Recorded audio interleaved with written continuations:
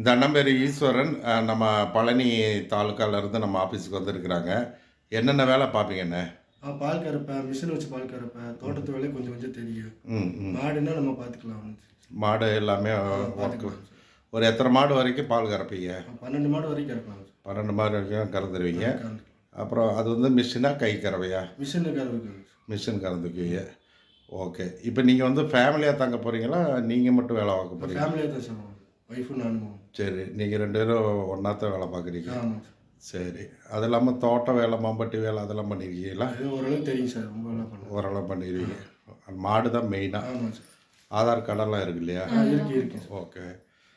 அப்புறம் உங்களோட அனுபவம் இதுக்கு முன்னாடி கடைசி ஏற்கனவே மாட்டு பண்ணையில் வேலை செஞ்சுருக்கேன். ஒரு 9 மாதம் பக்கம் வேலை செஞ்சுருக்கேன் சார். சரி சரி 10 மாடு கறவை கறந்துட்டு மிஷின் வச்சு கறந்துட்டு.